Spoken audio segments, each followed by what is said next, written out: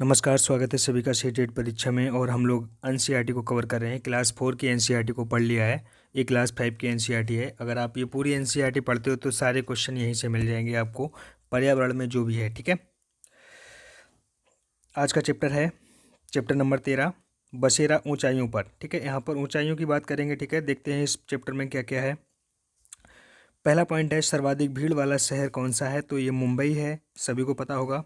ठीक है, अगला पॉइंट है, दिल्ली मुंबई से कितनी किलोमीटर दूर है? तो ये 1400 किलोमीटर दूर है। ठीक है, ये क्वेश्चन सीटेट में आ चुका है। ठीक है, अगला पॉइंट है, मुंबई से दिल्ली आने के लिए कौन कौन से राज्यों से गुजरना पड़ता है? तो जब आप मुंबई से दिल्ली आएंगे तो फिर महाराष्ट्र से होते हुए गुजरात और राजस्थान। ठीक है, ये भी क्वेश्चन पूछा गया है सीटेट में।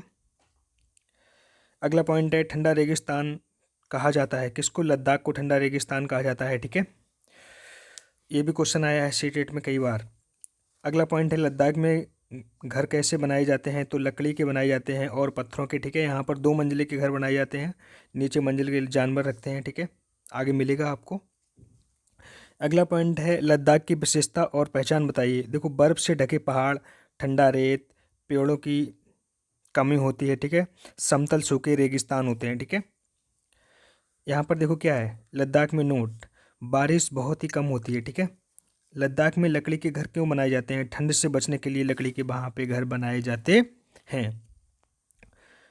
अगला पॉइंट है, लद्दाख में घरों का ग्राउंड फ्लोर का क्या उपयोग है? पशुओं के लिए।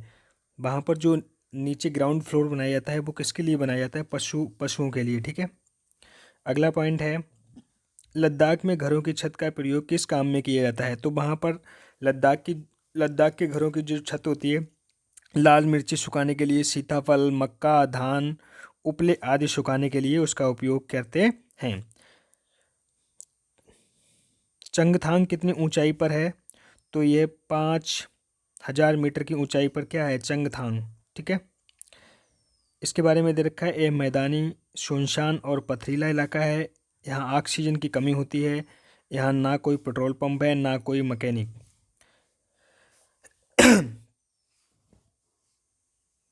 अगला पॉइंट है, चंगपा प्रजाति में कितने लोग होते हैं? तो ये करीब 5000 लोग हैं चंगपा प्रजाति में।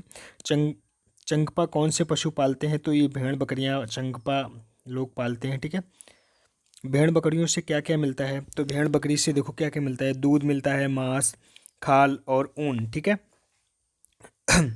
आगे देखो, भेड़ बकरियां ही चंगपा लोगों की क्या है? एक पूंजी होती है। जिस परिवार में जितनी अधिक भेड़ बकरियां होगी वह परिवार उतना ही क्या होता है? अमीर हो माना जाता है। ठीक है, जितनी ज़्यादा भेड़ बकरियां उतने ज़्यादा अमीर लोग। अगला पॉइंट है, चंगपा लोग घुमंतू होते हैं। ये केवल 2 से ढाई घंटे में अपना सामान घोड़ों और याक पर लाद कर एक जगह से दूसरी जगह निकल जाते हैं। इनके कितने टेंट, इनके जो टिकने का टेंट होता है उनको क्या कहते हैं? रोबो कहलाता है। ठीक है, अगला पॉइंट है, हर परिवार अपनी बकरियों पर एक खास निशान लगाते हैं। रोज़ सुबह उन्हें गिनकर चराने ले जाते। ये काम औरतों और जवान लड़कियां रोज़ का काम, वहाँ पर मतलब औरतें और जवान लड़कियां का रोज़ का काम होता है, भेड़ बकरियों को चराना। ठीक है, अगला पॉइंट है, पत्थरों और चट्टानों से बने बकरियों के घर को चंगपा क्या कहते हैं? तो ये लेखा कहते हैं। जो बकरियों और भेड़ के लिए घर बनाया जाता है पत्थरों व चट्टानों से, तो उसे लेखा कहा जाता है। ठीक है, अगला पॉइंट है, पश्मीना शाल किससे किससे बनता है? तो भेड़ बकरी के बालों से क्या पश्मीना शाल बनता है। ठीक है, अगला पॉइंट है, पश्मीना शाल 6 स्वेटरों के बराबर गर्मी देता है परंतु मोटा नहीं होता। ये खास बात होती है पश्मीना शाल की। ठीक है, और यहाँ से क्वेश्चन सीटेट में कई बार आ चुका है। अगला पॉइंट है, चंगथांग का तापमान सर्दियों में -40 डिग्री सेल्सियस तक चला जाता है। चंगथांग जगह है जो, वहाँ का तापमान -40 डिग्री चला जाता है। अगला पॉइंट है, पश्मीना शाल को बनाने में एक व्यक्ति को लगभग 250 घंटे लगते हैं। ठीक है, अब श्रीनगर के बारे में देखो, दे रखा है हाउस बोट वहाँ पर कैसे होते हैं।